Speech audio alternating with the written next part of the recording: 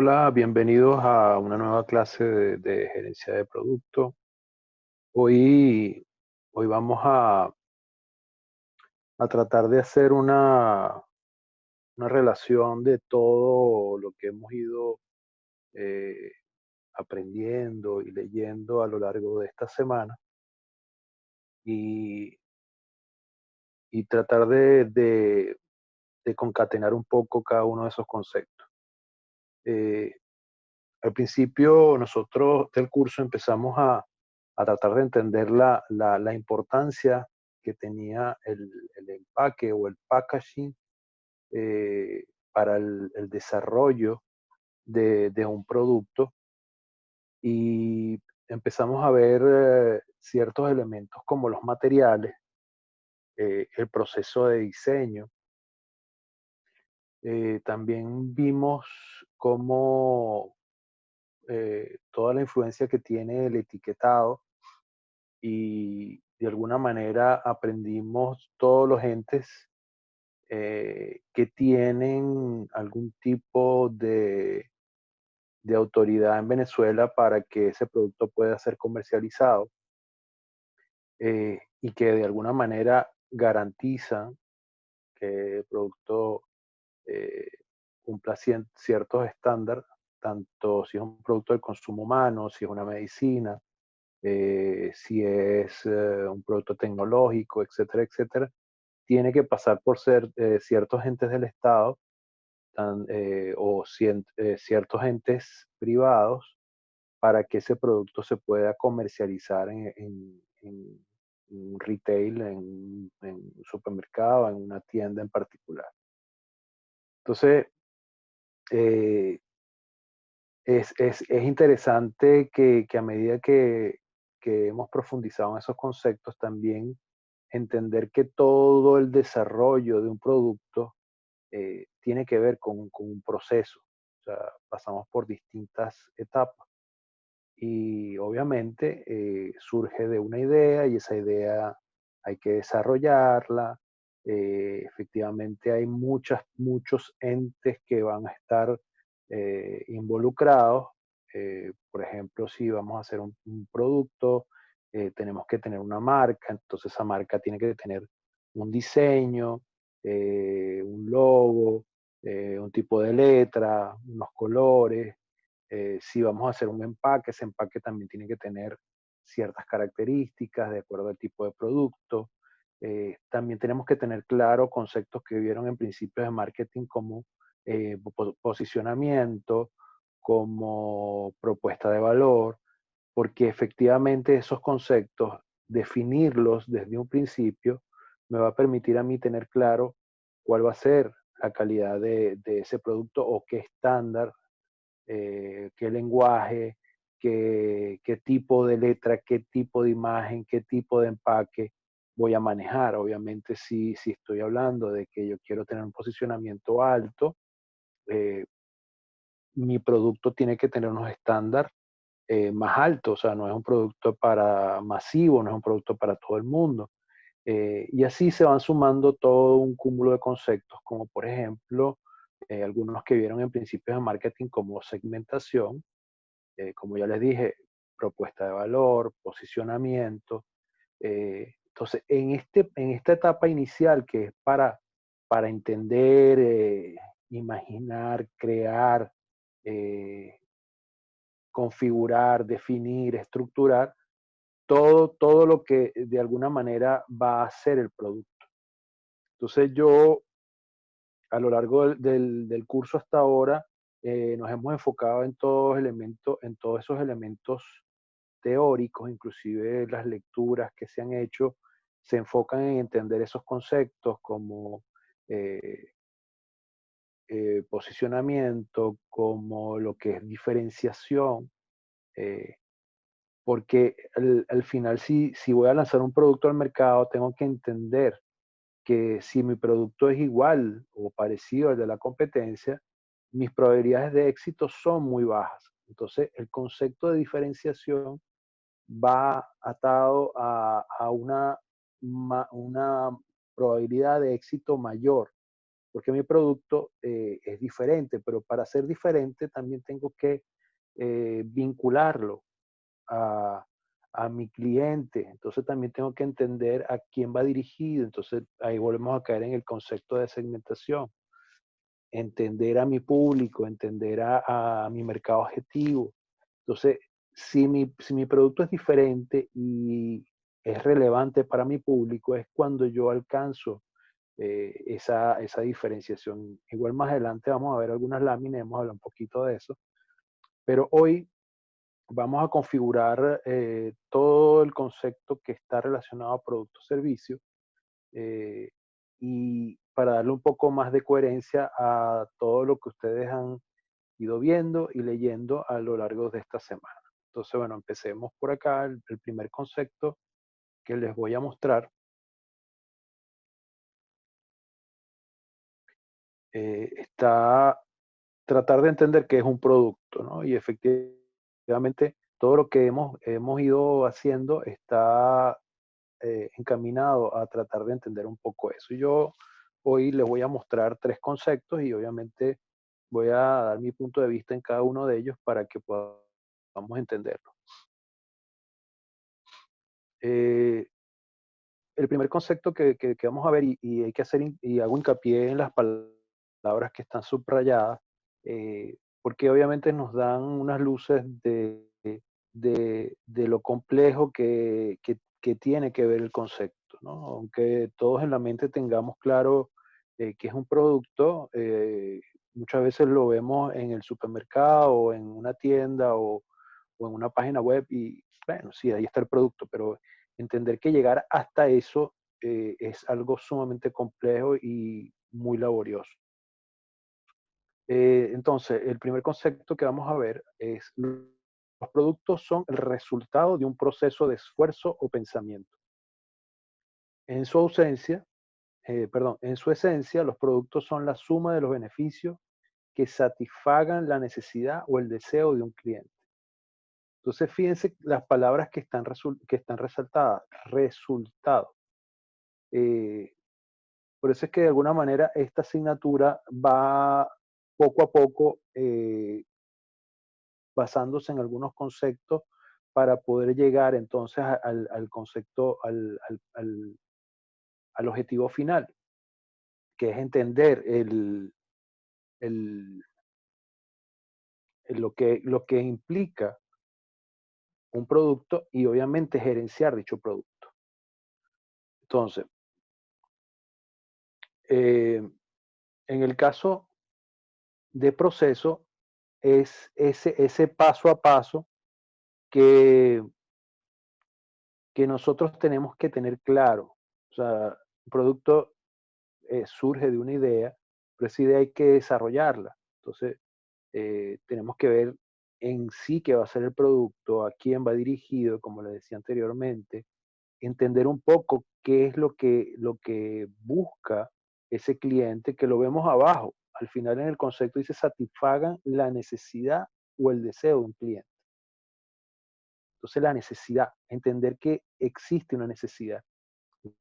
Más adelante vamos a ver algunas teorías relacionadas con la necesidad para poder entonces enmarcar nuestro producto dentro de alguno de esos parámetros. Inclusive hay productos que pueden satisfacer varias necesidades. Entonces, recalcando un poco ese proceso, inclusive dice que es un proceso de esfuerzo o pensamiento, porque efectivamente yo tengo que idear, yo tengo que conceptualizar, yo tengo que crear una marca, crear una tipografía, crear el producto en sí, o sea, el contenido, si es, por ejemplo, eh, un alimento, cómo lo voy a fabricar, cómo lo voy a hacer, qué características tiene, cómo voy a hacer que perdure en el tiempo, tengo que solicitar permisos, tengo que verificar que sea un producto apto para el consumo humano, eh, toda una cantidad de elementos que tienen que darse para que finalmente obtengamos ese resultado, que es el producto final. Entonces, este concepto inicialmente, desde mi punto de vista, abarca muchas cosas que queremos desarrollar en esta asignatura. Entonces, por eso, cuando hablamos de proceso, yo muestro normalmente esta imagen. Esta imagen, fíjense que está en una de las lecturas que se mandaron en el curso, pero empieza o vemos que es como una especie de embudo que tienen ciertos pasos que no necesariamente el proceso de un nuevo producto cumple siempre este orden, o sea, o estos pasos, pueden haber más. Pero básicamente empieza con lo que estaríamos hablando de la estrategia para nuevos productos, generación de ideas. Hay tendencias a nivel mundial en algunas metodologías, por ejemplo, design thinking, o algún tipo de brainstorming o toda una cantidad de elementos dentro de la empresa de investigación y desarrollo, etcétera, que van confabulando esa generación de ideas que finalmente muestran todo un abanico, ¿no? De posibilidades y después de varias ideas nosotros tenemos que también ir a otros pasos. Pueden surgir 3, 4, 5 ideas, ¿no? Y por eso es que viene la tercera, que es la tamización de ideas. Yo tengo que ver cuáles de esas ideas son las que son más factibles de llevarse a cabo, son las que más se ajustan a, probablemente a la cultura empresarial o efectivamente se ajustan un poco al entorno o a lo que se está viviendo en un momento determinado. Por ejemplo, hoy en día con todo este tema de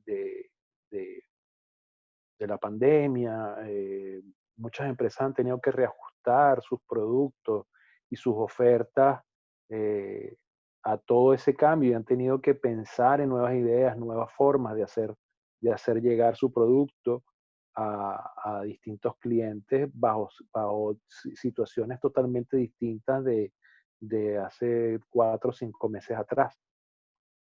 Después de hacer un análisis después de que tenemos tamizada la idea que vamos a trabajar, hay que hacer un análisis de ese negocio.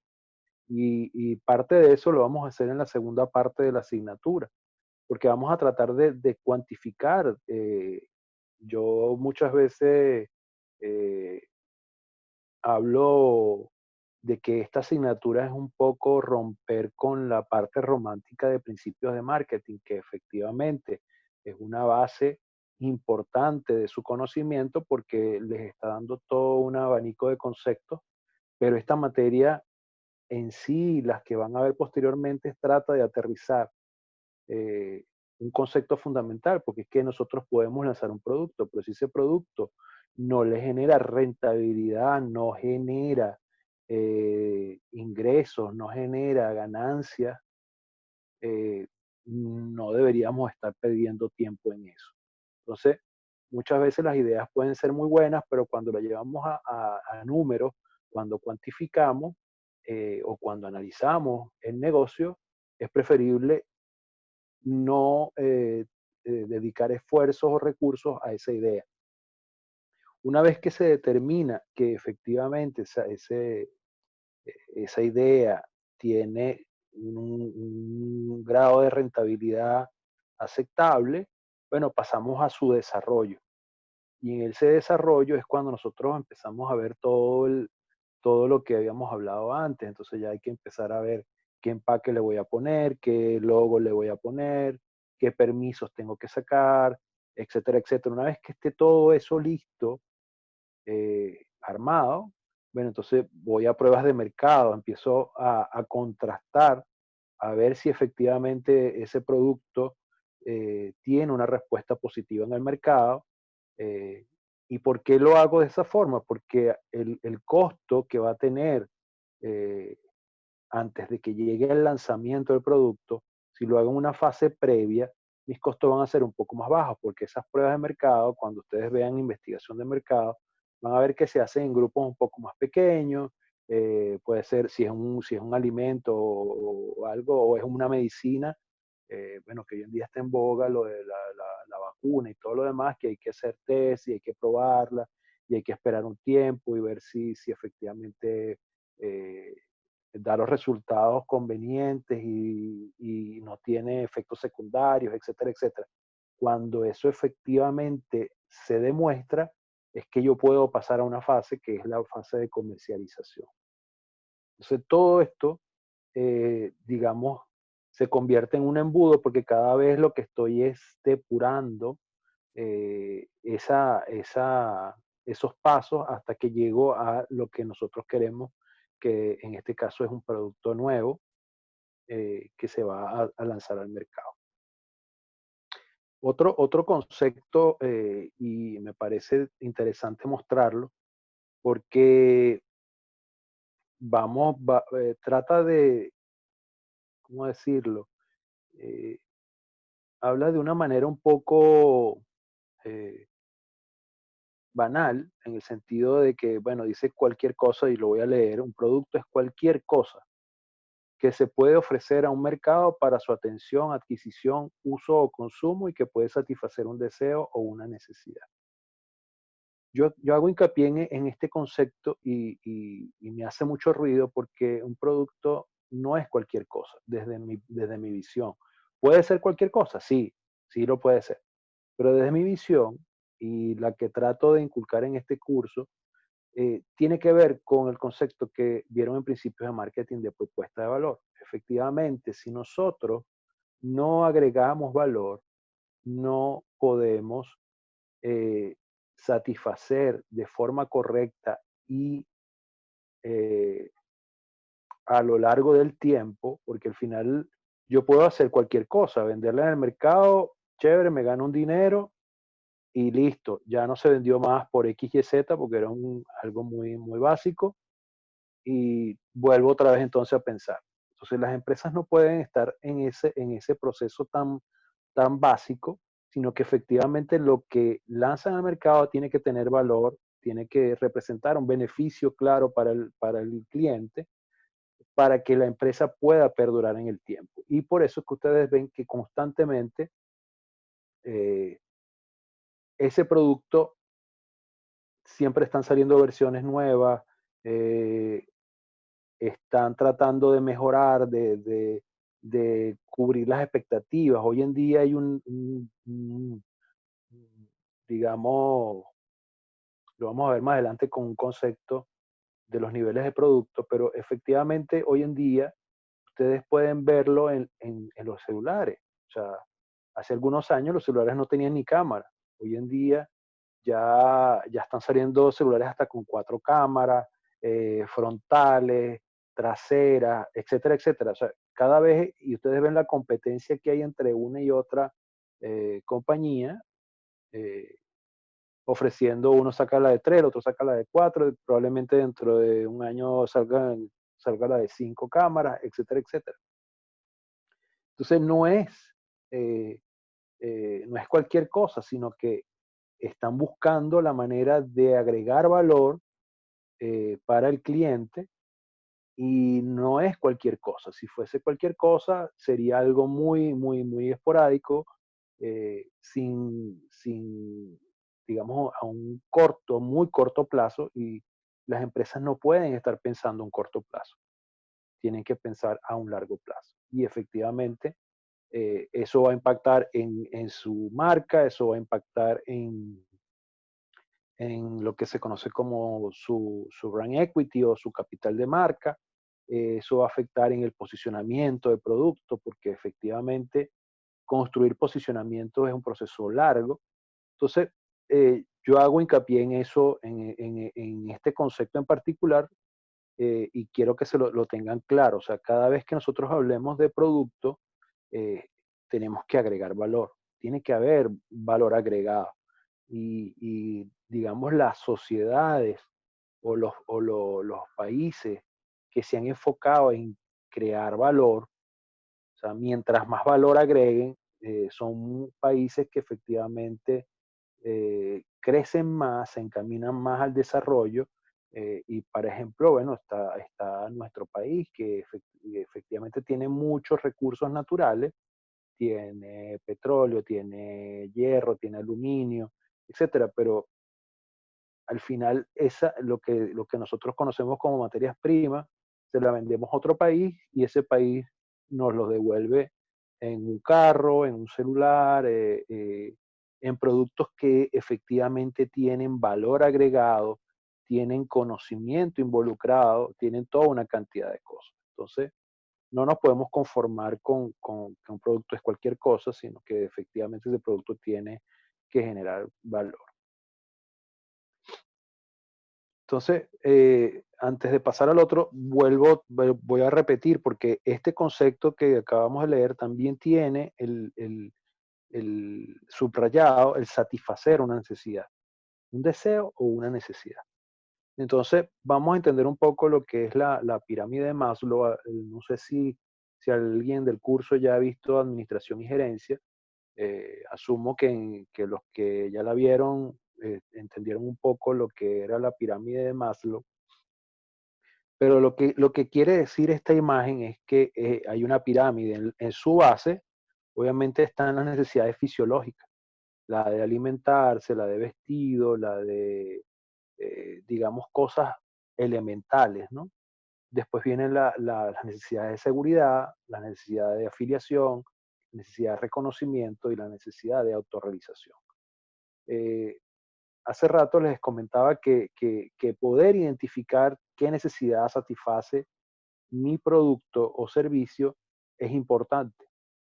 Y también les comentaba que hay productos que inclusive satisfacen varias a la vez. Entonces, por ejemplo, yo pudiera decir que un celular pudiera estar satisfaciendo una necesidad básica, que es una necesidad de comunicarse o de mantenerse comunicado, eh, pero también pudiera estar hablando de otras más arriba, por ejemplo, de afiliación, eh, que ustedes lo pueden ver en la cotidianidad. O sea, alguien que tiene, por ejemplo, un iPhone, busca, bueno, que de alguna manera ese iPhone le permita abrirse a tener nuevas amistades, a conformar un grupo de amigos distintos o inclusive un poco más arriba. O sea, puede cubrir necesidades de reconocimiento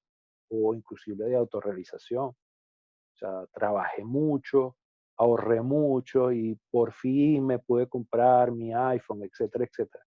Entonces, hay que tener claro qué necesidad puede estar eh, buscando alcanzar nuestro producto, porque eso nos va a tener claro cómo lo vamos a definir. Entonces, bueno, obviamente yo no voy a profundizar en la pirámide de Maslow, solamente quiero que entiendan que hay esta jerarquía y que efectivamente es importante entender eso. También hay digamos, otra teoría que está asociada a las necesidades, que es la teoría de McClelland.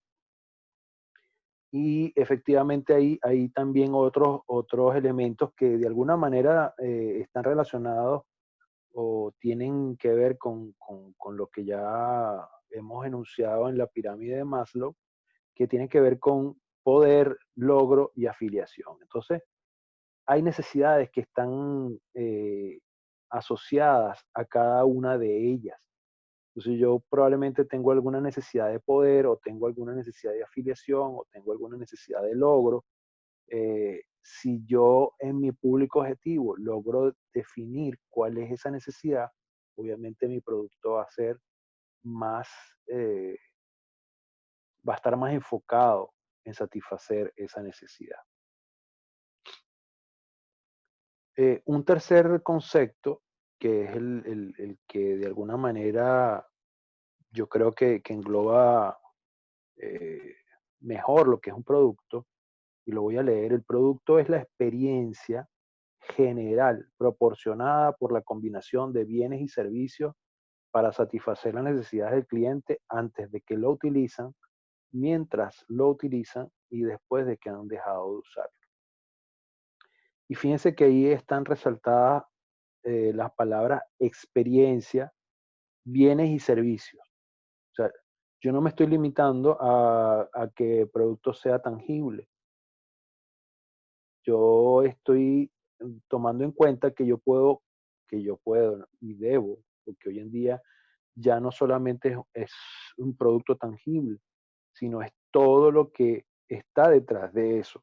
Cuando ustedes, lo que pasa es que muchas veces no lo vemos, pero cuando ustedes van a un supermercado, ustedes ven el producto en el anaquel, pero para que ese producto esté en el anaquel, tiene que pasar por toda una cantidad de procesos, digamos, de distribución, de transporte, de almacenamiento, de personas que colocan el producto en el punto de venta, en la estantería, inclusive dentro del supermercado, el proceso de llegar, tomar el producto del anaquel y llevarlo a la caja y que la caja sea un proceso rápido, eh, es, es algo que tenemos que considerar.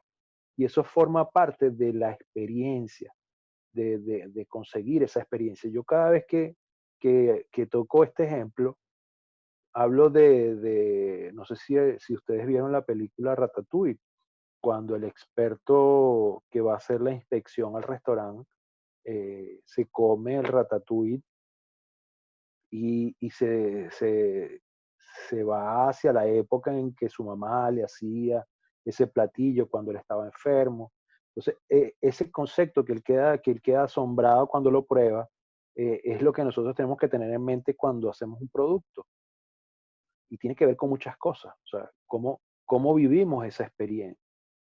Por eso es que hace muchos años Apple, cuando empezó a vender sus celulares, no tenía tienda física. Efectivamente, ellos empezaron a vender sus teléfonos por su página y bueno, le dijo muy bien, estaban subiendo, pero Steve Jobs decidió eh, transformar un poco eso y entendió que el punto de venta, que, que existiera un lugar donde el cliente pudiera tener contacto con sus productos y pudiera experimentar. Entonces, es lo que nosotros hoy conocemos. Los que han ido a alguna tienda Apple, eh, tiene, tiene ese elemento de experiencia. Efectivamente, tú llegas y dices, ah, a ver, lo quiero ver, mira, el iPhone, el nuevo iPhone, lo quiero probar. Entonces usted ve en lugares donde tienen unos amplios mesones, digamos una decoración minimalista, una buena iluminación, personas que están, eh, digamos, con la filosofía de la empresa, prestos a asesorarte en ese sentido. Todo eso está construido para que de alguna manera se genere esa experiencia de compra. Entonces no es solamente el celular, es todo lo que rodea. También yo pongo el ejemplo eh, de Farmatodo, cómo transformó ese concepto hace muchos años, obviamente. Yo creo que ni siquiera ustedes se acuerdan, antes uno para ir a una farmacia eh, de turno era la farmacia de al lado de la casa y bueno, ir a una farmacia de turno en la noche era casi que, bueno, ir a un lugar así oscuro donde hay una puertica donde uno pedía, y eso lo entendió Farmatodo y entendió que la experiencia completa era importante. Entonces ustedes ven que ahora, bueno, digamos, es doble altura, la temperatura del local, los colores utilizados, la iluminación, el personal, la atención, que usted pase, vea los anaqueles o las estanterías siempre llenas. Todo eso son detalles, pero conforman esa experiencia. Entonces, por eso es que yo creo que este concepto que nosotros estamos viendo aquí es importante entenderlo. Inclusive vemos que se repite el tema de satisfacer las necesidades del cliente. Entonces, ahí las necesidades son importantes, entender cuáles son las necesidades. Probablemente, y vuelvo a poner el ejemplo de Farmatodo, probablemente Farmatodo entendió que la necesidad de las personas no es solamente comprar un medicamento o comprar un producto de aseo personal, sino que lo quieren hacer en un lugar seguro, cómodo, eh, que le genere algún tipo de sensación de bienestar. Entonces, pasó a un nivel de necesidad un poco más alto, no solamente una necesidad básica, sino que ya hay pasó a un nivel de seguridad, o pasó a un nivel ya de reconocimiento, porque efectivamente, bueno, voy a ir a un sitio donde me siento bien, donde me siento satisfecho, etcétera, etcétera. O sea, hay muchas cosas que nosotros tenemos que ir aprendiendo sobre cómo funciona ese engranaje de experiencia, de cómo los bienes y servicios se deben satisfacer eh, para poder tener un producto eh, y darle rentabilidad a la empresa. Fíjense que antes de pasar a la siguiente lámina, fíjense que además de satisfacer las necesidades del cliente, dice que antes de que lo utilizan, mientras que lo utilizan y después de que han dejado de usarlo. Entonces, aquí ya voy a entrar en lo que nosotros conocemos y lo voy a abreviar. Hay teorías que colocan eso, digamos, lo desglosan mucho más. Yo lo voy a poner de la manera más sencilla. Entender que el proceso de compra pasa por tres fases, que lo llamamos precompra, compra y poscompra. Inclusive, yo les coloqué en módulo 7 un libro que publicó Google que se llama CMOT, que es la abreviación de Zero Moment of Truth.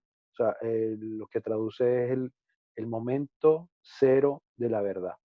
Entonces, cada punto en el cual el cliente o el consumidor toca con mi marca o con mi producto, son momentos. Entonces yo tengo que cuidar cada uno de esos momentos. Eh, porque hablamos de la precompra. Hoy en día, bueno, antes la gente veía un comercial en televisión o lo leía en el periódico, etcétera. Hoy en día las redes sociales, los canales, la búsqueda en YouTube, etcétera. Entonces, ese precompra empieza en el momento que yo digo, quiero comprarme eh, unos zapatos. Entonces, ¿qué es lo primero que hago? Bueno, lo busco en Internet. Entonces empiezo a buscar en Internet, veo los modelos. Ese proceso de precompra ya empieza desde ahí. Entonces también la presencia de las marcas o de las empresas ya tiene que estar en otros canales. Ya no es exclusivamente un canal físico, sino que ya tiene que haber canales digitales. Hoy en día, más todavía, ya con esto que estamos viviendo, cada vez más eso va a tener importancia de tener un canal digital donde la gente pueda ver los productos, inclusive continuar el proceso de compra. Entonces, entender cómo es ese proceso es importante. Les recomiendo que lean ese artículo, no lo voy a evaluar en clase, pero para su conocimiento es importante que lo vean. Es sumamente interesante ese artículo escrito por Google y de una investigación, si no me recuerdo, la hicieron en el 2015, algo así, no recuerdo exactamente, pero es bastante reciente. Está el momento ya de la compra y efectivamente está el momento de la poscompra. Entonces no solamente yo tengo que importar o me tiene que importar lo que ocurre en el momento de la compra, obviamente creo que compre mi producto porque es lo que va a hacer que entre el dinero Al final yo todo mi esfuerzo, o sea, ¿para qué hago yo un esfuerzo de crear una marca, escoger un empaque, pedir permiso?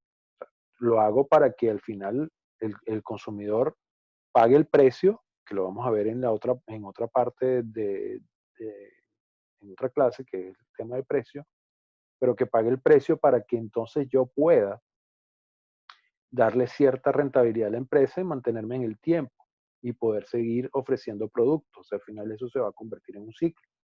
Y la importancia de la poscompra, muchas veces la descuidamos, pero hoy en día ya está relacionado. Efectivamente, yo tengo que garantizar donde más se ve, y pongo un ejemplo que es, por ejemplo, a ver, Kia. Los carros Kia creo que ellos están dando 5 años de garantía, 100.000 kilómetros, 5 años de garantía. Eh, es un proceso, o sea, si alguien compró un Kia, eh, está garantizando una poscompra. Es decir, efectivamente la empresa le está garantizando que el producto, cualquier desperfecto o daño o lo que sea durante 5 años o 100.000 kilómetros, va a estar cubierto por la empresa. Entonces, eso también tiene un valor añadido. O sea, si lo comparo con alguien que me está ofreciendo, no sé, un año, 2 años de garantía, eh, yo puedo decir, bueno, ¿qué vale más? ¿Pagarlo por un carro de 2 años o pagarlo por un carro de 5 años? Entonces, esos elementos de tener la seguridad, eh, y voy a poner antes de continuar con el concepto, pero voy a poner un ejemplo más extremo. Imagínense que yo compro un carro que pasó en Venezuela hace muchos años. Bueno, pasó en el sentido empezó el auge de la llegada de los carros chinos, pero esos carros chinos no tenían repuestos, no tenían mano de obra especializada. Y no estoy hablando de los nuevos, de los Cherry y eso, sino que hubo una época que empezó esos carros chinos y no tenían repuestos, no tenían mano de obra. Ese proceso, ese aspecto de la post-compra hizo que se destruyera. O sea, al final yo tengo, y las marcas eh, están obligadas de alguna manera a garantizar por un periodo de tiempo la perpetuidad, o no la perpetuidad, sino poder tener por un periodo de tiempo el respaldo de que mi producto va a poder ser, si se daña, va a poder ser reparado, va a poder tener servicio técnico especializado, etcétera. O si nos vamos a un alimento, en ese producto puede ser, si hay algún daño, poder ser reparado o poder resarcido, o, digamos, hay muchos elementos que hay que tomar en cuenta ahí. Entonces van desde garantías, desde eh, a los que hicieron los análisis de ciertos productos vieron que muchas veces hay un número telefónico, un 0800, donde la gente puede llamar, hacer sus quejas o puede hacer sus consultas, etcétera. Eh, digamos, en los distintos niveles de producto, de acuerdo a lo que eh, podamos hacer, de las distintas categorías, esa poscompra puede variar, pero efectivamente tiene que existir. Porque al final, eh, si yo logro que estar en cada una de estas fases, yo estoy logrando que efectivamente se convierta en un ciclo.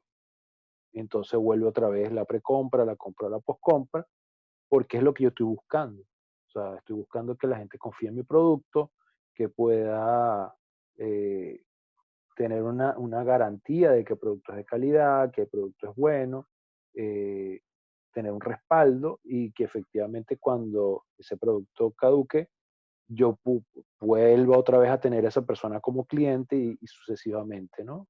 Y eso es lo que le permite a las empresas tener ese flujo de caja, eh, digamos, esos ingresos constantes en el tiempo. Clasificación de productos. Bueno, nosotros de alguna manera vamos a hacerlo de manera bastante breve. Lo que es la clasificación de productos.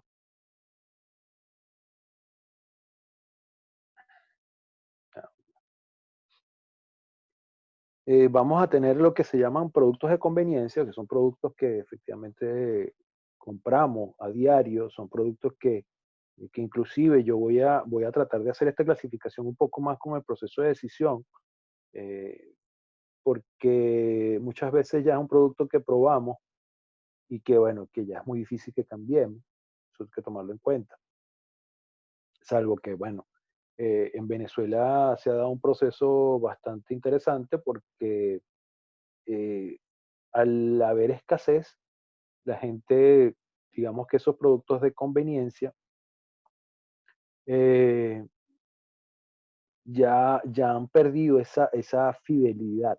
Es decir, antes las personas eran bastante fieles a una marca, pero bueno, al notar su ausencia han tenido que ir a otras marcas y hoy en día yo creo que muy pocas, o sea, mantienen esa fidelidad porque, bueno, lo que conseguí es lo que compro. Entonces, ese trabajo que de alguna manera ha hecho la marca durante muchos años, se ha perdido en Venezuela eso impacta porque al final también es una pérdida de valor, es una pérdida que está teniendo la empresa porque todo el esfuerzo que ha dedicado eh, bueno, se ha perdido. Entonces, bueno, el producto de conveniencia es ese, un producto que compramos constantemente y efectivamente su proceso de decisión de compra es bastante sencillo. Después pasamos a lo que son productos de comparación, que ya, ya no es algo tan sencillo como que, bueno, voy a comprar X pasta, ya, sino que ya, obviamente, ahí ven una imagen que, por ejemplo, tengo un sofá y unos zapatos. Yo si voy a comprar un sofá para mi casa, efectivamente voy a comprar algo cómodo, no es que voy a la calle, veo lo primero que vi y lo llevo para la casa, no, no. Tengo que de alguna manera eh, qué color me gusta, qué tipo de material es el sofá, probablemente un poco el precio, etcétera, etcétera. Igual que los zapatos muchas veces, eh, no sé, el que ha comprado zapatos de forma digital o virtual, pero es complicado porque a veces bueno, pudiera escoger el color, pero muchas veces uno busca un zapato por su comodidad o tener la certeza de que la talla es la correcta. Eh, entonces, ahí, por ejemplo, Amazon ha buscado y ha hecho la referencia inclusive en centímetros para que la gente mida y compare las tallas y tenga un poco más de certeza. Pero, por ejemplo, la comodidad va a ser sumamente difícil. O sea, si me molesta, qué sé yo, en alguna parte del pie, no hay nada como probárselo y ver si efectivamente. Entonces, hay un proceso un poco más de comparación o, digamos, voy a otra tienda o ese tipo de cosas hay que irlas resolviendo porque efectivamente la tendencia con lo que estamos viviendo va a ser un poco más virtual, más en línea que presencial. Después están los productos de especialidad y aquí hay, digamos que hay cierto grado de tecnología y digamos que el proceso de decisión es un poco más alto y ya también tiene que ver con un tema de, de poder adquisitivo. Aquí hay un ejemplo bien importante con lo que hablábamos de las necesidades, cuando a veces nosotros podemos estar hablando de personas que son de, no sé, digamos de clase alta, y muchas veces, bueno, un Rolex pudiéramos asumirlo como que natural, sí, bueno, esa persona puede tener un Rolex y a veces ni le importa, pero hay alguien de la clase media que probablemente tener un Rolex lo lleva a tener ese reconocimiento que habíamos hablado en las jerarquías en la pirámide de Maslow. Entonces muchas veces ese aspiracional, el querer tener, el cansar o aparentar que con tener un Rolex yo pertenezco a algún estatus, esos son elementos que muchas veces son utilizados en el marketing y, y efectivamente son de estudio, ¿no? El que que un producto obviamente de calidad, ¿no? No quiero decir que no sea un producto de calidad, pero a veces es aspiracional, es de reconocimiento, es de estatus, es de autorrealización. Estos son productos básicamente que podemos ver que hay ciertas necesidades que confluyen hacia eso, entonces muchas veces hay que entenderlo. Después están los productos no buscados. Esto es, hay cosas que efectivamente las personas no están buscando y la imagen ahí nos los dice.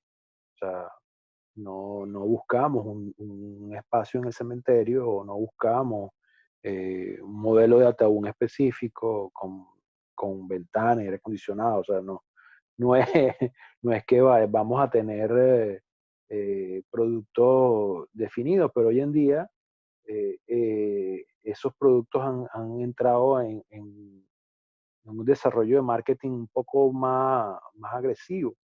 Entonces ya podemos ver algunas ofertas un poco extrañas, pero bueno, esa es la clasificación. Son productos que no son buscados, pero que lamentablemente tarde o temprano eh, vamos a utilizarlo. Después tenemos lo que se conocen como productos industriales. Los productos industriales, eh, a diferencia de los productos de consumo personal o, digamos, cotidiano, tienen unas particularidades específicas que hay que también entenderlas. Yo no puedo, por ejemplo, hablar de una pizzería que hace, no sé, hace 1000 pizzas diarias. Yo no puedo estar trabajando en una pizzería con bolsitas de 1 kilo.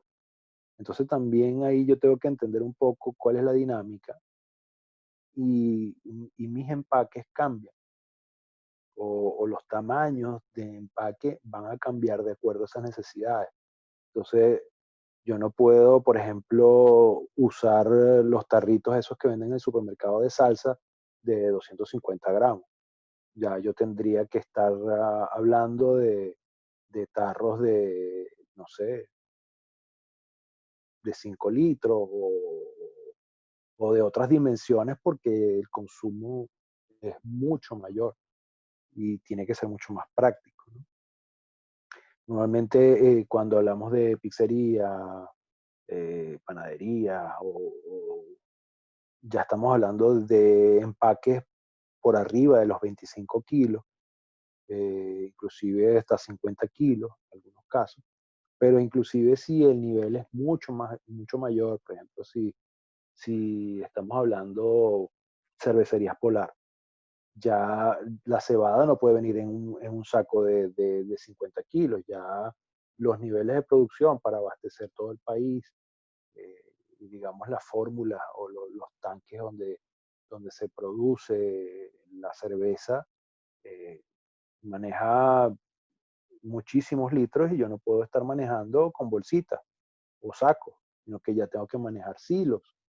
Entonces, o tengo que traer productos a granel. Entonces, ya, ya esas presentaciones se van adecuando a cada una de las necesidades de nuestros clientes y efectivamente hay empresas que, que aunque, por ejemplo, manejan, eh, vamos a suponer, el azúcar, podemos ver que la misma empresa puede tener empaques que son para el punto de venta, es decir, para las personas que lo venden de a kilo, de medio kilo, etcétera, pero también tiene las presentaciones de saco o pueden tener presentaciones a granel, por ejemplo, si para, qué sé yo, para hacer alguna bebida o algo particular en alguna empresa, alguna industria, tienen que ser en otras presentaciones mucho más prácticas. Y por último, tenemos una clasificación de otros productos que lo estaríamos llamando como perecederos o durables. Bueno, efectivamente los durables, un colchón o un carro tiene un cierto periodo de duración. Hay inclusive colchones que te dan hasta 10 años de garantía. Y obviamente un vehículo, bueno, puede durar muchísimos años, ¿no? Efectivamente, lo que pudiera estar estimando una empresa, que un vehículo se pueda estar pasando de una mano a otra a los 3, 4 años.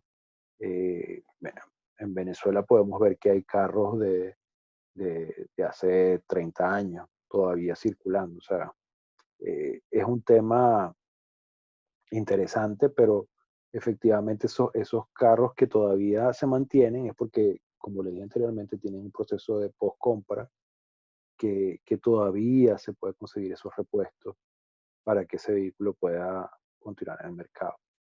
En relación a los perecederos, bueno, efectivamente ahí están unas frutas, pero puede incluir todo lo que son lácteos o, o jugos que tienen un periodo de vencimiento más corto.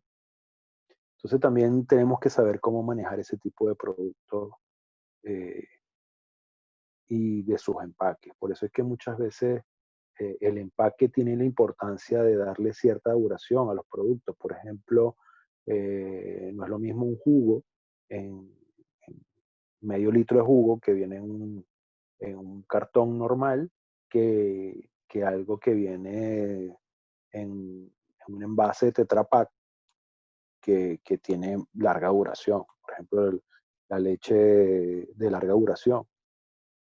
Entonces, ese empaque viene aluminizado, viene con otras características y también le permite a ese empaque, a ese producto, durar más tiempo en el mercado. Entonces, eh, hay mucho que cortar en este tema de los perecederos. Inclusive eh, es un tema, por ejemplo, para el retail, el manejo de los perecederos, qué hacer cuando ya un producto está muy maduro y ya está empezando a descomponerse. Bueno, ¿qué se puede hacer? Hay empresas o la merma de ese producto.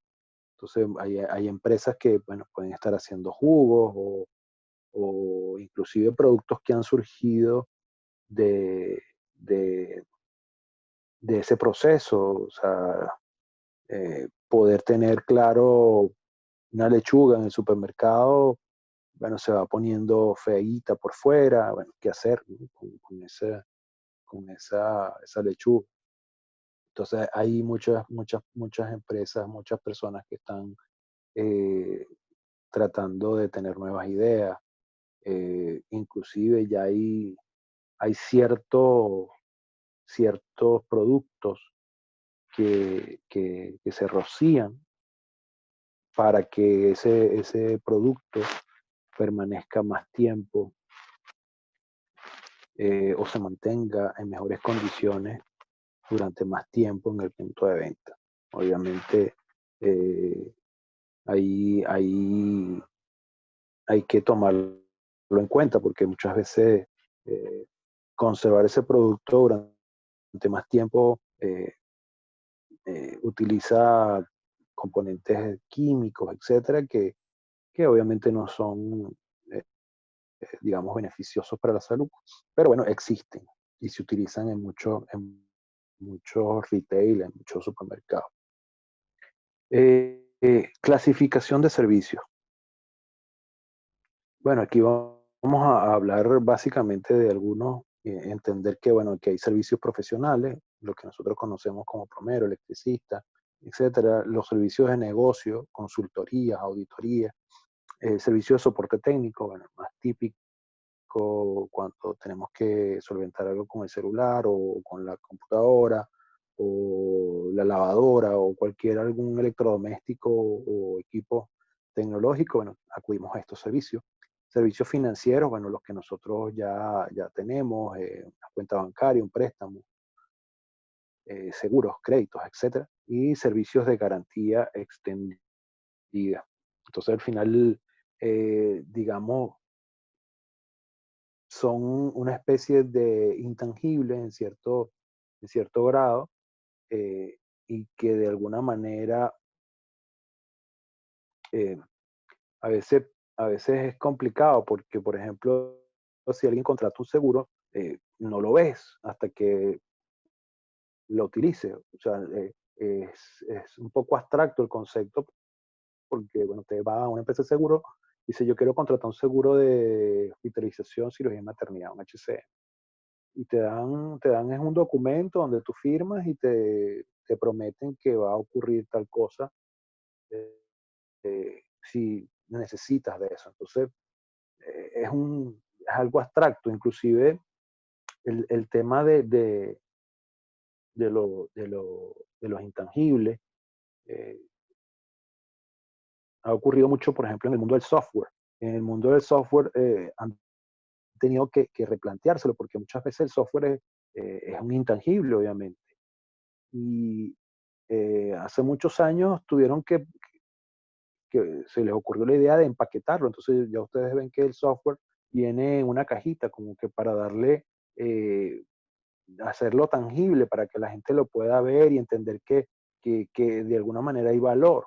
Entonces, los intangibles muchas veces son percibidos con menos valor y es un concepto errado. Entonces, eh, por eso es que nombro estos, pero hay multiplicidad de servicios y tenemos que tomar en cuenta que es importante para el logro de esa experiencia que hemos hablado inicialmente. Vamos aquí a ver un concepto de marca. Esto que está aquí, y ahorita les voy a mostrar la página. Esto que está aquí sale de una página que se llama Interbrand. eh, y que clasifica o tiene en su página mucha información, pero una de las más interesantes es el top 100 de las marcas a nivel mundial. Entonces, yo quiero hablar del concepto de marca porque efectivamente la marca le da mucho valor a la empresa y hay un concepto que ya se lo había hablado anteriormente, que es lo que se llama como brand equity o capital de marca. Y inclusive ha sido algo muy, muy impactante porque hace unos años atrás el CEO de Coca-Cola había dicho que a él le podían quitar todos los activos, todos sus activos, todas las fábricas, todos los camiones, todo, pero que le dejaran la marca y que con la marca él volvía a reconstruir la empresa, inclusive más poderosa. Y hay unas imágenes por ahí que establecen que el valor de la marca, es decir, su intangible, lo que la gente percibe, eh, digamos, no los activos, es decir, la empresa, los camiones, los edificios, etcétera, la marca solamente alcanzaba el 60% del valor de la empresa. Entonces, esa imagen representa tanto hoy en día y tiene tanto valor que es interesante construir y aprender a construir esa marca. Entonces, una marca, la voy a leer, una marca por otro lado es un nombre, símbolo, diseño o marca que aumenta el valor del producto más allá de su valor funcional. Entonces, además de que la marca nos va a permitir lograr ese posicionamiento, pero también nos va a lograr construir ese branding, ¿no? Que es poder vincular eh, la empresa con esa marca. Pero yo voy a hablar de un concepto un poco más complejo que lo da David Ogilvy, que un símbolo complejo es la suma intangible de los atributos de un producto, su nombre, el embalaje y el precio, su historia, la reputación y la forma en que se anuncian. Una marca también se define por las impresiones de los consumidores de las personas que lo utilizan, así como su propia experiencia. O sea, al final, esa imagen, esos logos que nosotros estamos viendo en la pantalla, tienen un significado, tienen una historia, tienen muchos elementos que no pueden ser, que no son tangibles, que generan sentimientos, que generan emociones, que generan odio, que generan amor, que digamos que mueven muchas otras cosas que nosotros a veces no podemos medir. Entonces, yo voy Voy a compartir aquí la página, un momentico, esta, para que la veamos.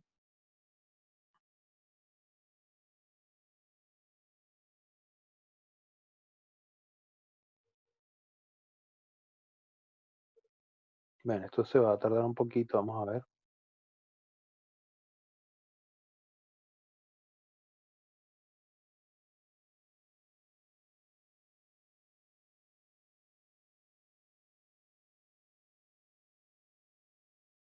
Sí, ven. Tienen un poquito de paciencia, la máquina tampoco es tan... Ajá, aquí está. Esta página, como ustedes ven aquí,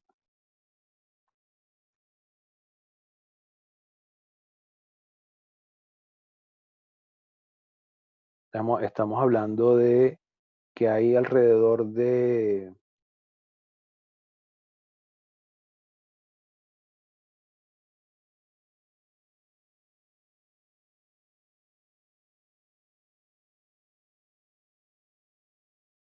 Esta página, aquí podemos ver, bueno, la página es Interbrand. Ustedes la pueden conseguir, la pueden buscar en Google como www.interbrand.com y ahí van y buscan las mejores marcas o el top 100 y van a encontrar esto que ustedes ven aquí. Y esta empresa efectivamente lo que hace es, utiliza tanto métodos internos como métodos externos, es decir, utiliza métodos financieros y métodos de mercado para hacer la clasificación de estas empresas y las rankea de acuerdo al valor en que esas empresas eh, van adquiriendo en el mercado. Fíjense que estamos hablando de que Apple, la que está aquí de primerita, está valorada en alrededor de 234.241.000, perdón, 234.241 millones de dólares. Y tenemos un gap o un aumento aquí de más de un 9%. Eso quiere decir que para el 2019 esa empresa estaba en ese ranking, ¿no? Obviamente, comparación con el año pasado. Eh, esta, Todas estas empresas, ustedes la pueden, si ustedes le dan clic a cada una de ellas, le puede hacer un desglose y ver qué categoría. Entonces, fíjense que esto está hablando de ese valor, de cómo está valorada la empresa y cómo está valorada la marca. Eh, Aquí, si ustedes buscan un poco más en la página, si ustedes ven la página de Apple, aquí hablan de alguna de esa fortaleza de marca o de brand strength.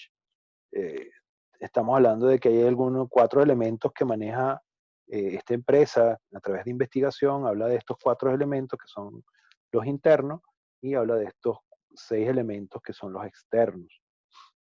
Y efectivamente cuáles son los que más predominan o los que más tienen relevancia para esa marca. Si usted le da clic a alguno de estos, obviamente va a ver cómo la empresa eh, hace su metodología de cálculo y utiliza mucha información. Y aquí ustedes pueden profundizar un poco más en esto, pero es sumamente interesante como ellos, eh, digamos, aquí hay elementos, por ejemplo, lo que ellos llaman brand value o valor de la marca, que está asociada a financial forecast o Rolos Brand o Brand Strength, y abajo nos van explicando cada uno de esos conceptos, cómo ellos lo manejan y cuáles son esos 10 factores que ellos utilizan, como les dije anteriormente, los factores internos y los factores externos, y de dónde obtienen esa información. Entonces, ¿de dónde sacan la data financiera? Bueno, aquí hay una paginita que pueden entrar de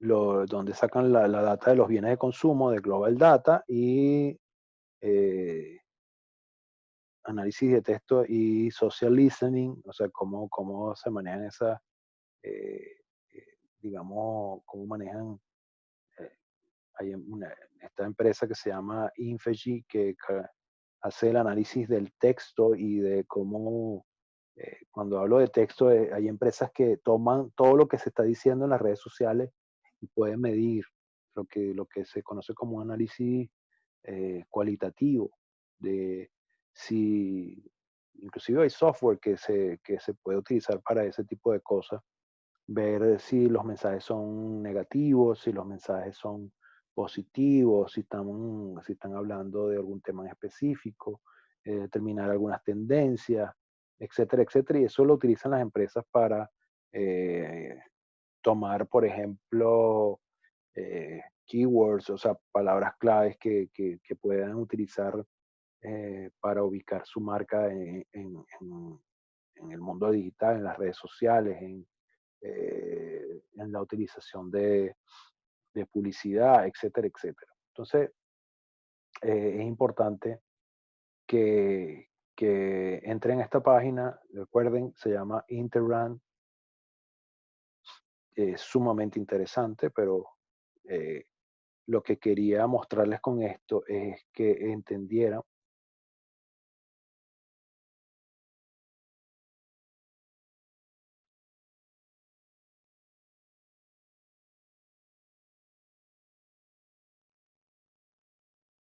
Ah,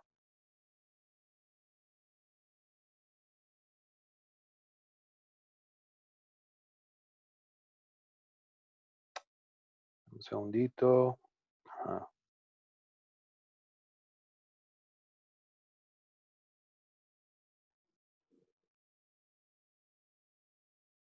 ajá.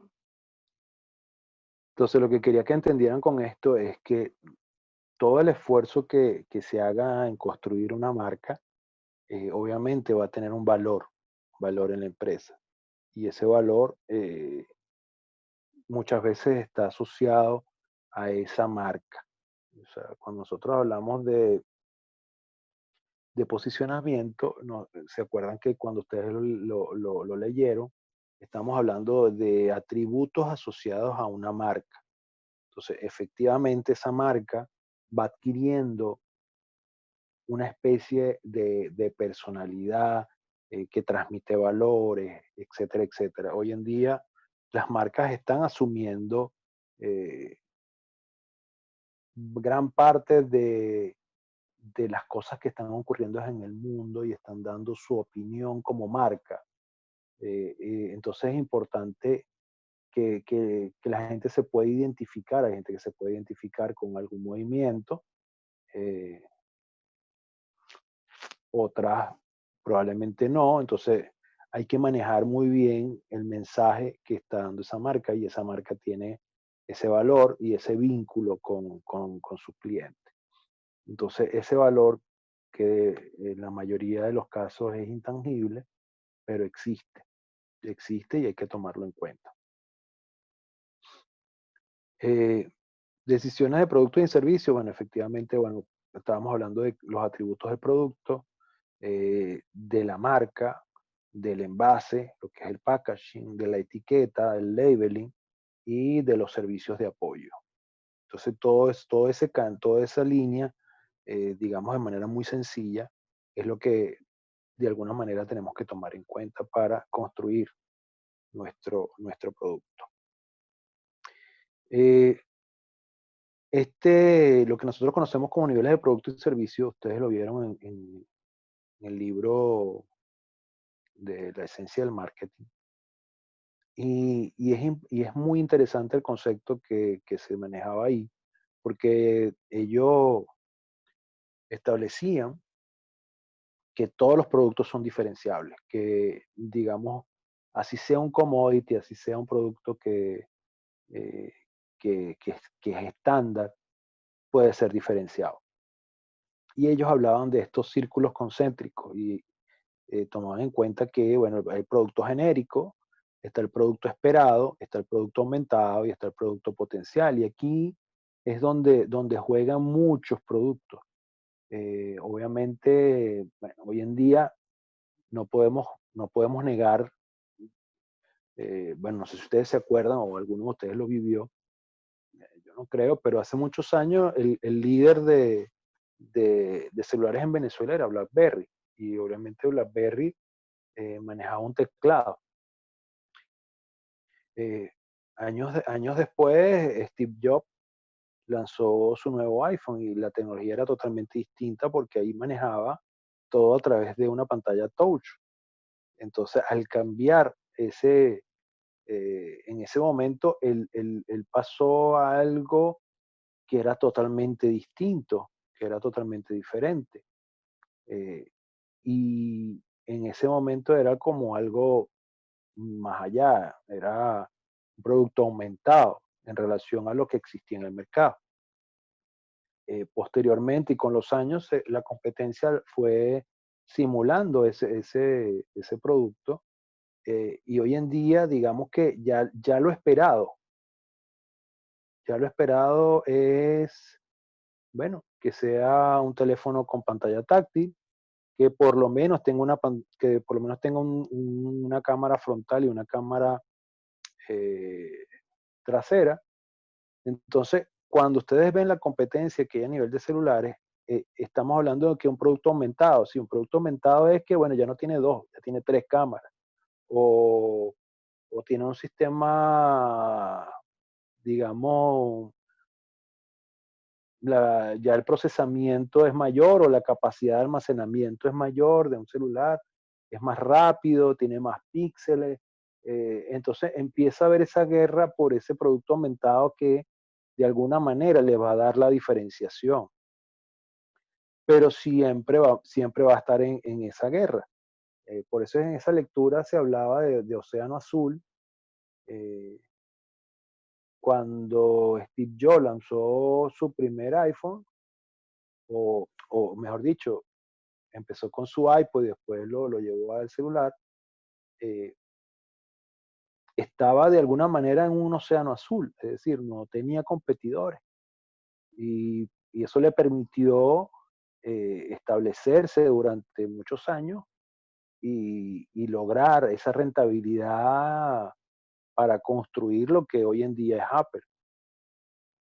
Eh, Porque si hubiese entrado en la competencia directa con lo que existía en el mercado, probablemente hoy no estaría, porque es sumamente complicado competir ya con alguien que está establecido.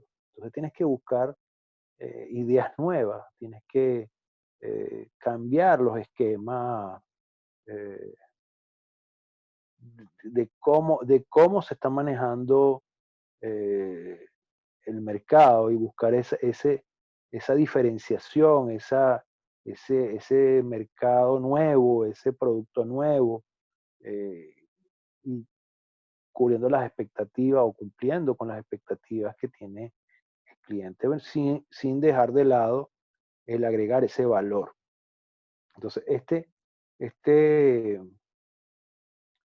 digamos, estos círculos concéntricos, lo que se conoce como niveles de producto, nos da una idea de que hay cosas que no pueden faltar. El genérico, ya, por lo menos si estamos hablando de algún celular, no puede ser algo que no sea inclusive genérico y esperado. No puedo tener un celular, no puedo lanzar un celular al mercado que no tenga pantalla táctil y por lo menos cámara trasera o delantera. Ya a partir de ahí es que empiezo yo a tener una diferenciación.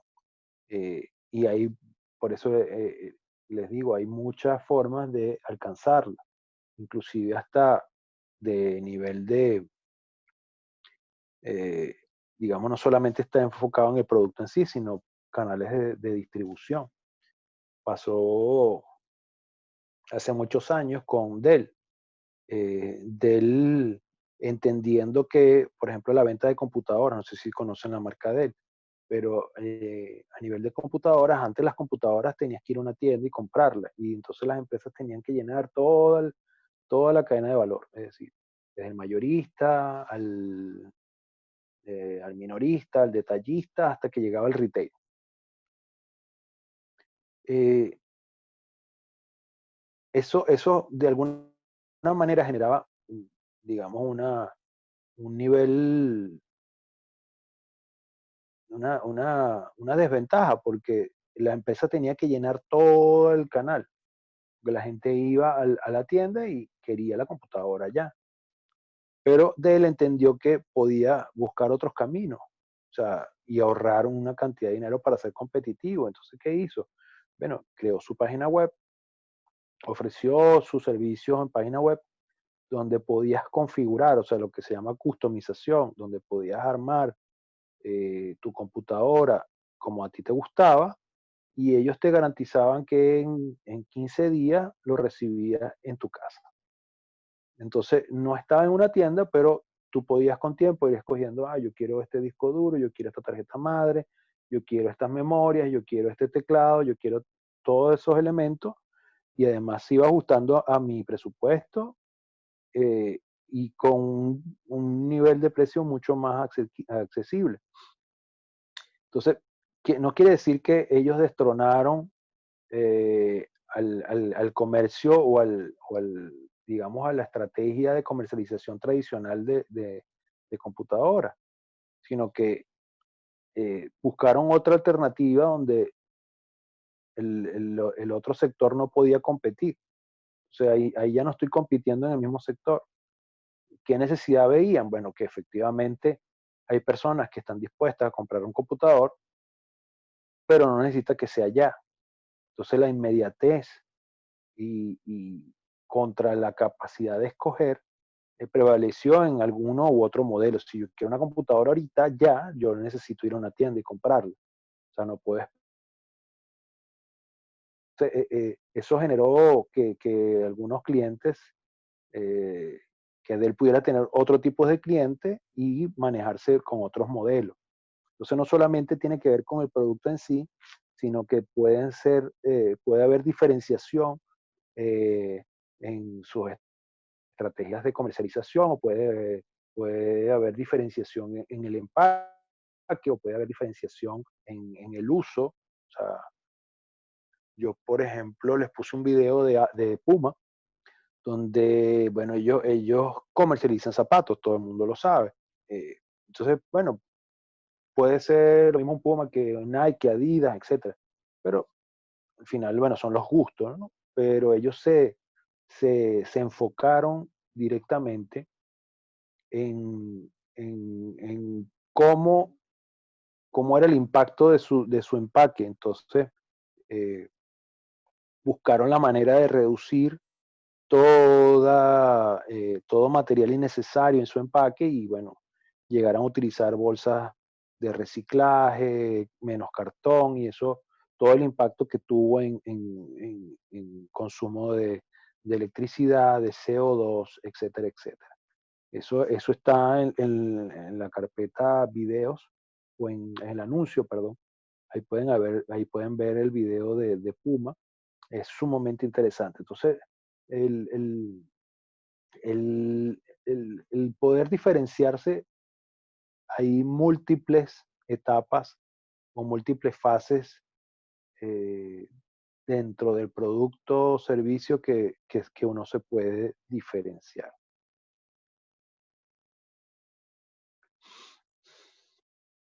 Y aquí, bueno, aquí está una imagen que ustedes ya han visto en el material. Entonces, de parte de la oferta, es decir, de parte de la empresa, nosotros tenemos que ser diferentes, tenemos que hacer algo diferente. Puede ser dentro del producto, puede ser dentro del servicio, eh, entregas más rápidas, eh, etcétera. Múltiples cosas que podemos hacer para ser diferentes.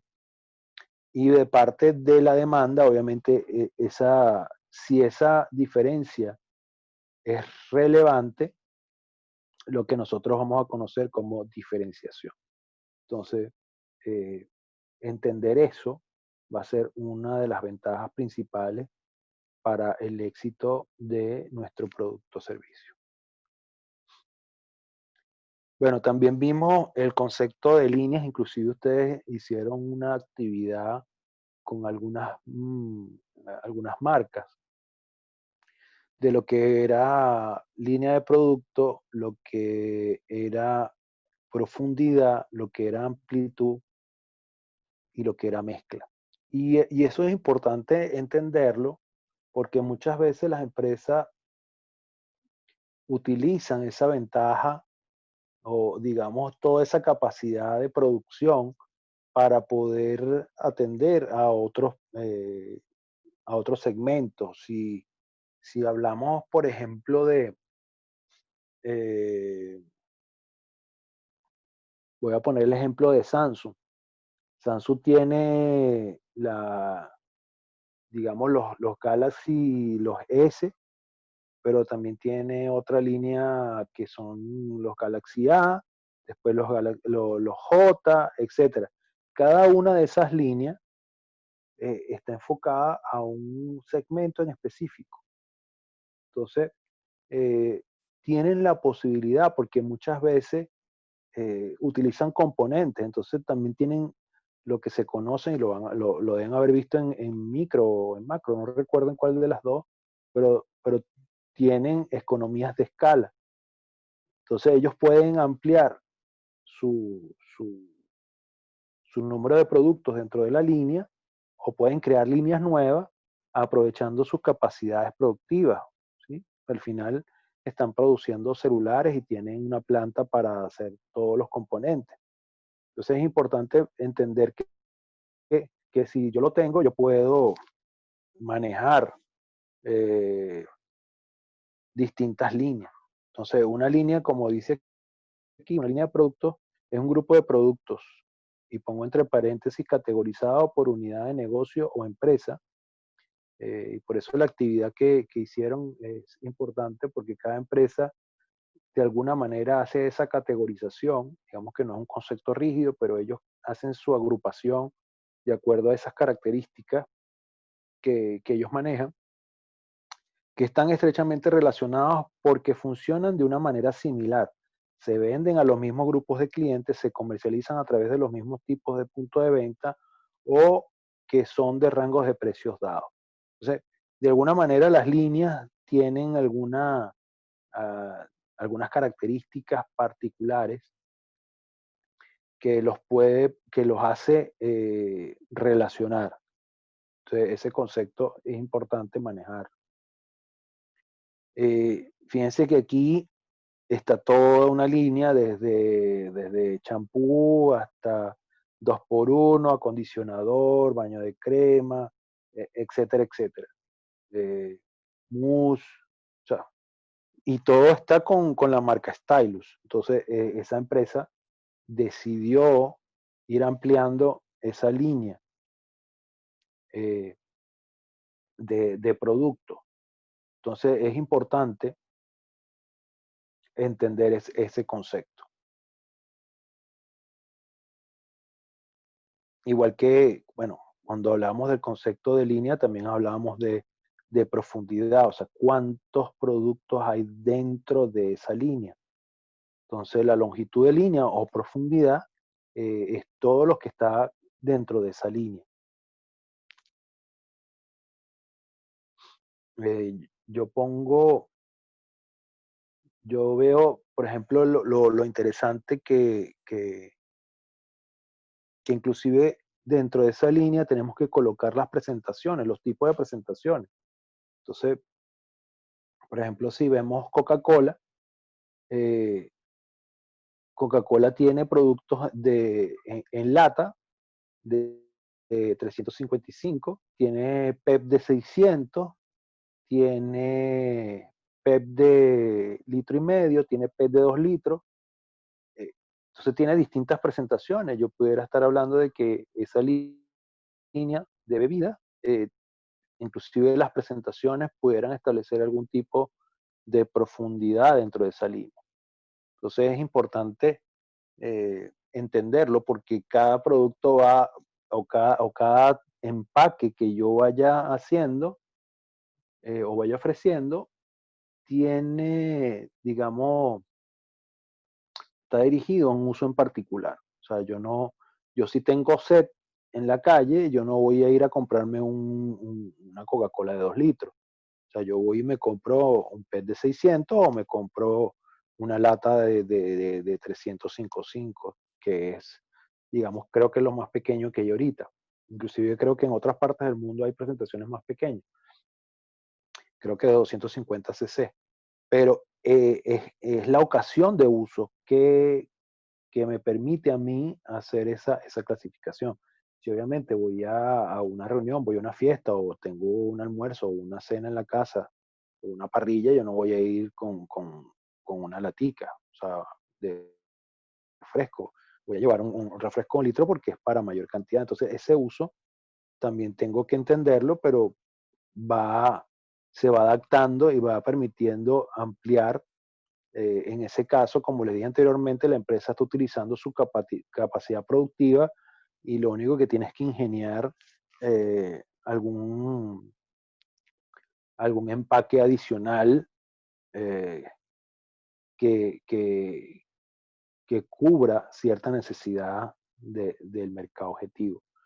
En cambio, si ya cambio a otra línea, capaz la capacidad productiva tiene que cambiar. O sea, si yo ahorita voy a lanzar un sabor nuevo, eh, probablemente yo no puedo utilizar la misma capacidad productiva o tenga que hacer un stop en la producción para adecuar eh, esa producción al nuevo producto.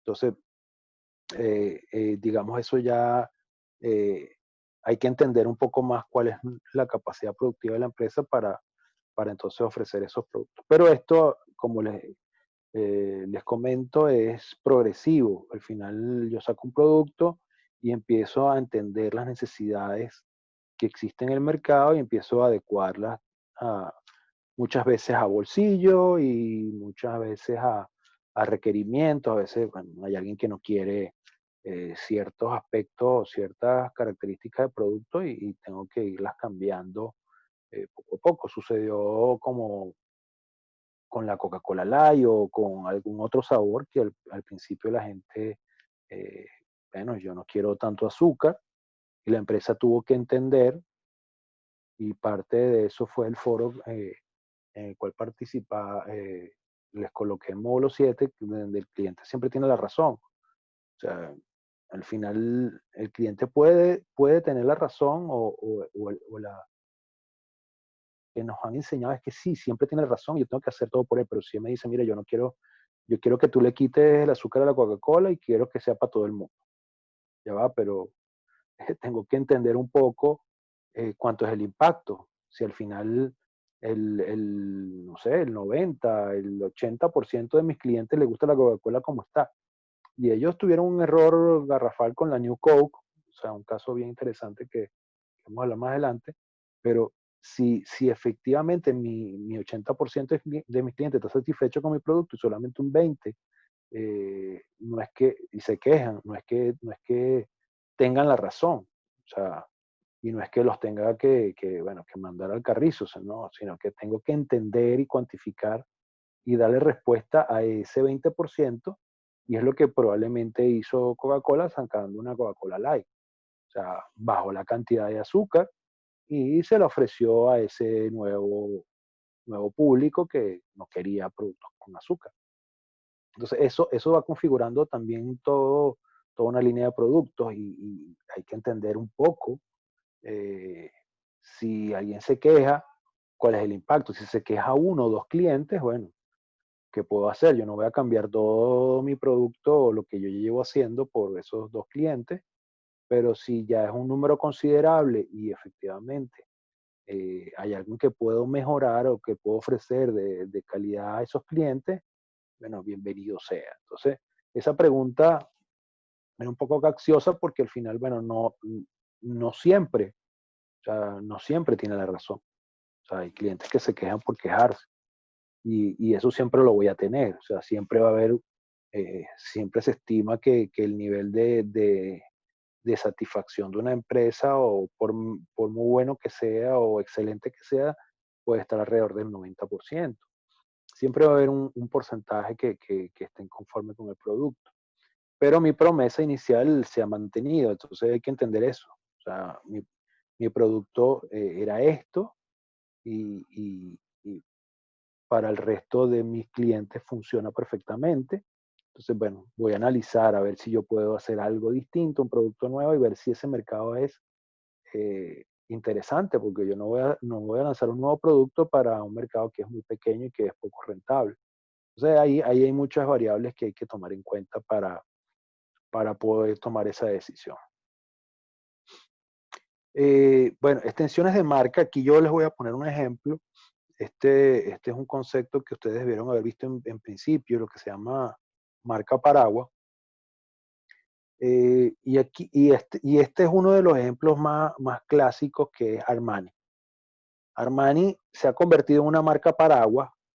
Cuando hablo de paraguas es literal, o sea, es una marca paraguas y debajo de ella están toda una cantidad de líneas y categorías y sectores totalmente distintos. Entonces, empieza, vamos a poner aquí Armani Change, Armani Jeans, Giorgio Armani Privé, eh, y ellos ya se han ido a casas, a hoteles, inclusive ya han sacado lo que se llama Armani Dolce, que creo que chocolate, dulces, etcétera. Entonces, es interesante entender este concepto. No todas las marcas pueden manejarse de esta manera. Esta marca se pudo construir de esa forma, como una marca paraguas. En cambio, aquí hay un error en ese concepto que trató de hacer Colgate. Bueno, ustedes lo pueden buscar en internet para profundizar un poco, pero pasó con Coca-Cola y pasó con Colgate, que fueron digamos, los más icónicos, los errores más icónicos de, de- del marketing a nivel mundial. Y bueno, Coca-Cola, que hizo pruebas a ciegas, y entre Coca-Cola y Pepsi-Cola, y todo el mundo decía que Pepsi-Cola era mejor, que no sé qué. Y bueno, Coca-Cola se decidió a mejorar su fórmula y bueno, le dieron hasta que consiguieron una fórmula. Cuando hicieron investigación determinaron que esa Coca-Cola era mejor, pero cometieron un error, que era lo que yo les estaba hablando anteriormente. Eh, Lanzaron la New Coke y quitaron del mercado la Coca-Cola tradicional, a la que estaban acostumbrados sus clientes. ¿Qué pasó? La gente se molestó, la gente hizo huelga, se fue a las fábricas, botaba el producto en las calles como protesta, etcétera, etcétera. Y bueno, hicieron un lanzamiento de un producto quitando otro del mercado en vez de hacer una nueva línea, por ejemplo, con un sabor mejorado, y tuvieron que volver al producto tradicional, que era lo que exigía la gente. Y con Colgate quisieron hacer lo que, por ejemplo, les mostré anteriormente con Armani, que podía crear nuevos productos en nuevas categorías, y decidieron que, bueno, Colgate vamos a hacer comida congelada. Eh, Efectivamente, no sé qué se imaginan si van al supermercado y se van a la nevera congelado y ven algo que dice Colgate. Obviamente lo primero que les va a venir a la mente eh, es, no sé, esto va a saber a pasta o va a saber a menta o lo que sea.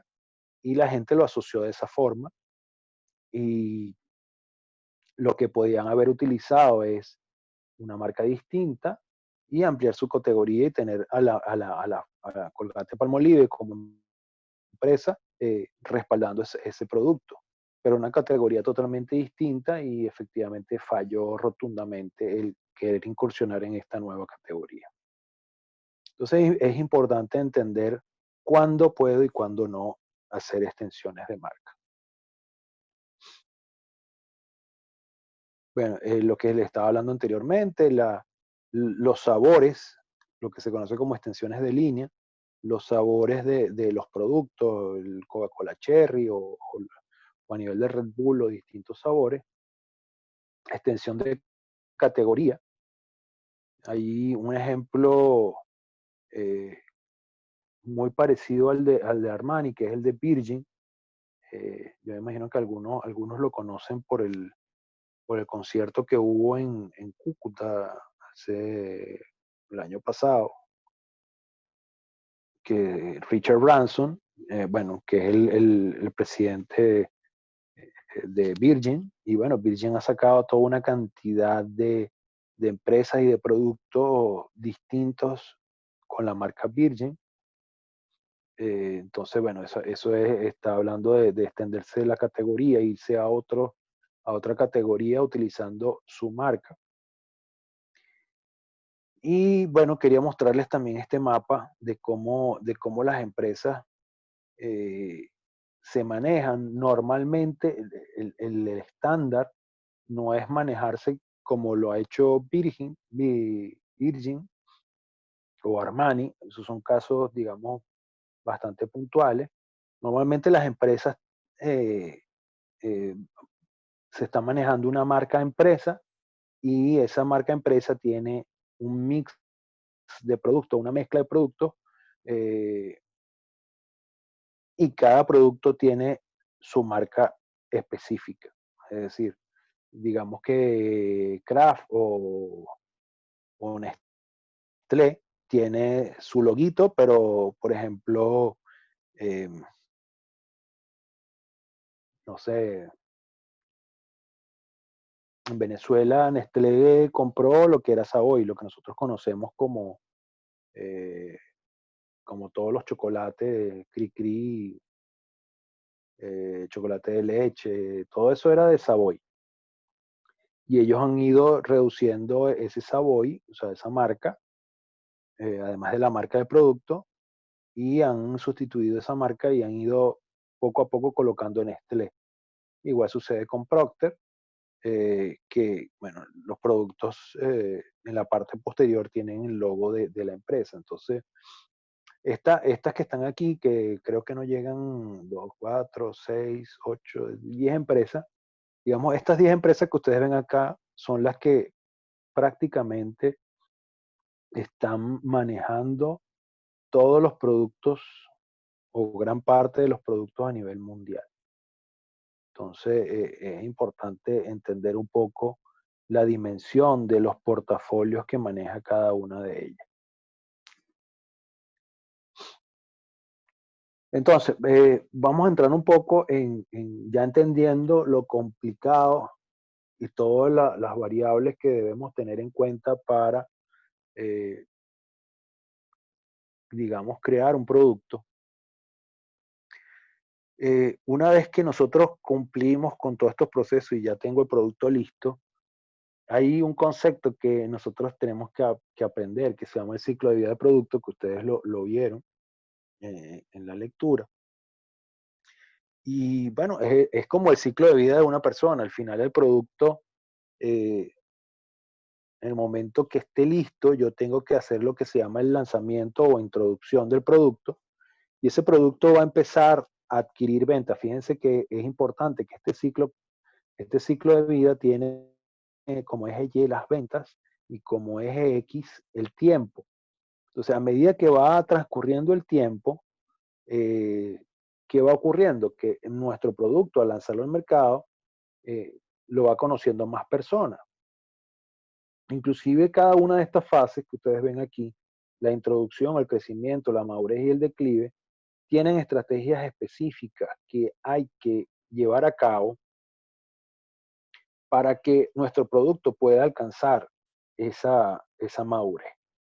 O sea, por ejemplo, al principio yo tengo que tener un alto gasto en publicidad, eh, tanto por ATL como BTL, es decir, tanto por televisión, radio, prensa, etcétera, como por las redes sociales, cualquiera que vaya a utilizar, porque necesito que mi producto se dé a conocer. Entonces, digamos que mi gasto en esta fase va a ser mayor. No quiere decir que en las otras fases no vaya a gastar en publicidad, pero en esta tiene que ser bastante. Entonces, eso forma parte de cuando nosotros lanzamos un producto de nuestro presupuesto. Tenemos que estimar que eso va a ocurrir. Y igual sucede cuando llegamos a la madurez. Cuando llegamos a la madurez, nosotros, digamos, ya no tenemos que hacer los gastos que hacíamos inicialmente en marketing. Ya los gastos van disminuyendo porque cuando yo llegue a esa madurez, asumo que ya mi producto es conocido. Entonces lo que tengo que hacer probablemente es una publicidad más de recordación, un poco más de mantenerme en la mente de mi cliente, y empezar a ver cómo ese producto empieza a declinar. Eh, Cuando el producto empieza a declinar, hay algunas decisiones que se pueden tomar. O se relanza o se reposiciona el producto, es decir, volvemos a hacer algunos cambios o algunas renovaciones y se genera una nueva curva del producto, o hay empresas que deciden retirar el producto del mercado. Entonces, eso se ve normalmente cuando es un producto tecnológico. Bueno, hay cierto ciclo de vida, es decir, eh, bueno, salió el iPhone, todavía está en el mercado el iPhone 10, probablemente el iPhone 10 ya está en proceso de declive. Está el iPhone 11, por ejemplo, y está en su fase de crecimiento. Y en algún momento, bueno, el iPhone 12, etcétera, van surgiendo nuevos productos, pero llega un momento que el iPhone 10, bueno, ya no va a haber ninguno en el mercado, o sea, o, o ya no, digamos, no se va a comercializar. Los que existen están en segunda mano, o sea, no lo está comercializando directamente la empresa. Entonces, todas estas cuatro fases son importantes entenderlas, entender cuáles son sus estrategias, las que hay que aplicar en cada una de ellas, para tomar decisiones de nuestros productos. Entonces, como les decía, el proceso antes del lanzamiento es complejo. Una vez que yo alcance todo ese proceso y ya tengo un producto ya listo, eh, lo lanzo al mercado, pero ya una vez que lo lance al mercado ya tengo que diseñar otras estrategias para eh, poder hacer que ese producto se venda y vaya creciendo a nivel de ventas, ¿sí? Inclusive, si nos vamos a la matemática, bueno, cuando pasamos de crecimiento, de introducción a crecimiento, aquí tenemos un punto de inflexión. Inclusive cuando llegamos a la madurez, tenemos un máximo en esta curva. Entonces, bueno, hay formas de entender un poco matemáticamente. Si conocemos esta función, podemos determinar esos puntos y establecer esos valores. Pero bueno, eso es algo que, que es información adicional, para tratar de vincular un poco lo que ustedes han visto en matemática de primer semestre. Después la otra curva que es importante entenderla, eh, que acompaña un poco a lo que es el ciclo de vida, es la curva de difusión, o la curva de difusión de innovación. Y esta curva de difusión es, digamos, un estudio que se hizo en Estados Unidos y clasificó a los clientes de acuerdo a estas 5 clasificaciones. Es decir, los cuantificó y les dio características. Y es importante entenderlo porque cada uno de esos tipos de clientes los tenemos para nuestro segmento o nuestro mercado objetivo. Entonces voy a tener los innovadores que representan o que pueden representar de nuestro mercado objetivo un 2,5%, yo a los innovadores los llamo los fiebrúos, o sea, los que realmente son los que apenas sale algo y son los que lo tienen que tener. Salió el nuevo celular, lo tengo que tener. Salió una nueva consola de video, la tengo que tener. O soy el que me quedo haciendo cola o duermo 2 días para poder ser el primero en comprarme el iPhone, etcétera. Esos son los innovadores. Inclusive esos son innovadores, generan una estrategia a la empresa porque son los que le van a dar publicidad. Algunas empresas lo han utilizado y son los que de alguna manera le transmiten esa confianza a lo que se conoce como adaptadores tempranos. Y así sucesivamente vamos viendo cómo cada categoría, después vienen los adaptadores tempranos, después viene la mayoría temprana, la mayoría tardía y los rezagados. Entonces, por ejemplo, sale el iPhone 11. Están los innovadores que son los primeros que la quieren comprar. Pero una vez que digamos, sale el iPhone 20, cuando el innovador está comprando el iPhone 20, el rezagado todavía está trabajando o está tratando de comprar el iPhone 11. Eso lo vemos actualmente. Entonces ahí vemos ya los que, bueno, ya no hay más ningún tipo de teléfono, tengo que cambiarme a algo un poco más avanzado. Y optan por lo más bajo de lo más reciente, ¿no? Entonces ahí tenemos, digamos, a las personas mayores, eh, sí, a un público un poco más adulto que le cuesta un poco adaptarse a la tecnología. O puede haber un grupo eh, no necesariamente adulto mayor, sino puede ser alguien que no tenía los recursos y bueno, que al final pudo adquirirlo en una versión un poco más viejita. Entonces, ¿qué importancia tiene? Que cada uno de estos eh, adaptadores o de este público, de estas categorías, aportan al crecimiento de este ciclo de vida. Es decir, yo voy a tener, creo que lo tengo aquí en una imagen, ajá, cada uno de ellos va a ir aportando a ese crecimiento de la curva. Entonces, al principio, en la fase de introducción, obviamente van a estar los innovadores, van a estar los primeros adoptantes, pero una vez que empieza a entrar la mayoría temprana, ya entro en una fase de crecimiento y de la mayoría tardía me conforma la digamos, ya la fase que empiezo a entrar en madurez. Entonces ya cuando hablo de los rezagados, ya estoy entrando en una fase de madurez completa y empiezo a entrar en el declive. Entonces es importante porque esta categorización de clientes y su proporción dentro de ese mercado, es decir, del público que yo tengo, los innovadores representan el 2,5% y los primeros adoptantes el 13,5%, el 34%, etcétera, hasta llegar al 100%, puedo de alguna, o me permite de alguna manera eh, calcular si tengo cuantificado el mercado, lo puedo calcular. Entonces puedo decir que 2,5% lograron para mí alcanzar estas ventas. Y los adaptadores tempranos me lograron alcanzar estas ventas. Y la mayoría de estas ventas, y así sucesivamente hasta llegar a los rezagados. Y finalmente yo quería mostrarles esta imagen, eh, porque esta imagen resume un poco.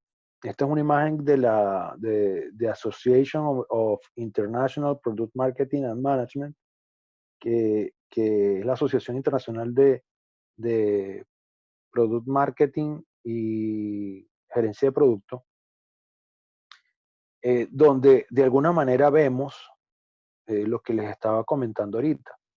Eh, este cuadro que está aquí habla de nuevos productos. Esos nuevos productos pueden tener dos visiones. Una es desarrollarlo, que es lo que de alguna manera estamos haciendo en este curso y es lo que vamos a hacer en el trabajo final, es decir, vamos a desarrollar un producto o puedo adquirir un producto. O sea, hay empresas que, por ejemplo, adquieren otra empresa y obviamente están adquiriendo ese producto. No quiere decir que no lo van a gerenciar, lo tienen que gerenciar. Entonces, dentro de este cuadro grande hay distintas fases. Entonces está el concebir ese producto, el hacer un plan de ese producto, el desarrollar el producto y de calificar el producto. ¿Antes de qué? Antes de entrar a esta fase que ustedes ven hacia acá, después de la flecha, que tiene que ver con la introducción. Aquí estamos viendo, este cuadro aquí arriba, tiene que ver con el ciclo de vida del producto que vimos anteriormente. Entonces tengo la introducción, crecimiento, madurez y declive, y el withdrawal o el retiro o retirar el producto o sacar el producto. Entonces, fíjense que aquí abajo yo tengo procesos, digamos, aquí abajo yo tengo procesos. Entonces, aquí dice el lanzamiento, la entrega y el retiro. Entonces, en el lanzamiento yo tengo que planificar todo ese proceso de cómo yo voy a hacer el lanzamiento, dónde va a ser comercializado, cómo va a ser la campaña publicitaria. Pero no solamente tengo que enfocarme en eso, sino que eso tiene que estar aliado con la comercialización y con las operaciones de manufactura o lo que es la parte de producción. Entonces, yo tengo que entender, eh, y siempre lo digo en mis clases porque a veces eh, suena interesante y muchos soñamos y decimos, bueno, sí, yo quiero lanzar mi producto y lo voy a vender, no sé, en Farmatodo. Me ha pasado en otros cursos que dice, sí, yo voy a hacer unas galletas y las voy a vender en Farmatodo. Y yo digo, bueno, está bien, está muy bien que hagas las galletas, pero tienes que entender la magnitud de lo que vas a hacer. Cuando hablamos de Farmatodo, estamos hablando de que Farmatodo tiene, si no mal recuerdo, alrededor de 175 tiendas a nivel nacional.